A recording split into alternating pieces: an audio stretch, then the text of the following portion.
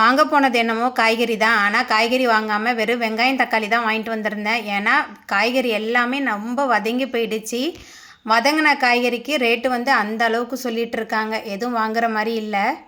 News பார்த்தாலே என்ன சொல்கிறாங்க, சிலிண்டர் கிடைக்காதனால ஹோட்டல்ஸ்லாம் வந்து கூட்டு பொரியல்லாம் கம்மி பண்ணிட்டாங்க. அதனால் காய்கறியோட விலை வந்து கம்மியாக தான் கிடைக்கும் அப்படின்னு சொல்கிறாங்க. ஆனால் மார்க்கெட்டில் போய் பார்த்தா காய்கறியெல்லாம் வாங்குற மாதிரியே இல்லை.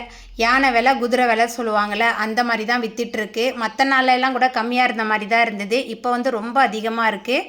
மத்தியானம் லஞ்சுக்கு முட்டை தொக்கு கூடவே தண்டங்கீரையில் சாம்பார் பண்ணியிருக்கேன். இந்த சாம்பார் வந்து தண்ணி சாம்பார். சூடான சாயத்துக்கு கொஞ்சம் தாராளமாக ஊற்றி சாப்பிட்றதுக்கு ரொம்ப சூப்பராக இருக்கும். நம்ம வீட்டிலலாம் கொஞ்சம் காரசாரமாக தான் சாப்பிடுவோமா. போன தடவை வாங்கிட்டு வந்திருந்த மிளகா வந்து ரொம்ப சப்புன்னு இருந்தது. இந்த முறை வாங்கினது கொஞ்சம் காரமாக தான் இருக்குது. வாங்கிட்டு வந்திருந்த மிளகாவையும் அப்படியே ஸ்டோர் பண்ணி வச்சுட்டேன். இந்த ஐஸ்கிரீம் வாங்கிட்டு வந்து வீட்டில் அப்படியே இருந்தது. பிள்ளைங்களுக்கு கொடுக்கவே இல்லை. இன்றைக்கி வந்து ஈவினிங் ஸ்நாக்ஸுக்கு எங்களுக்கு ஐஸ்கிரீம் தான் வேணும்னு 2 பேருமே சொல்லிட்டு போயிட்டாங்க. அவங்களுக்கு இன்றைக்கி ஐஸ்கிரீம் தான்.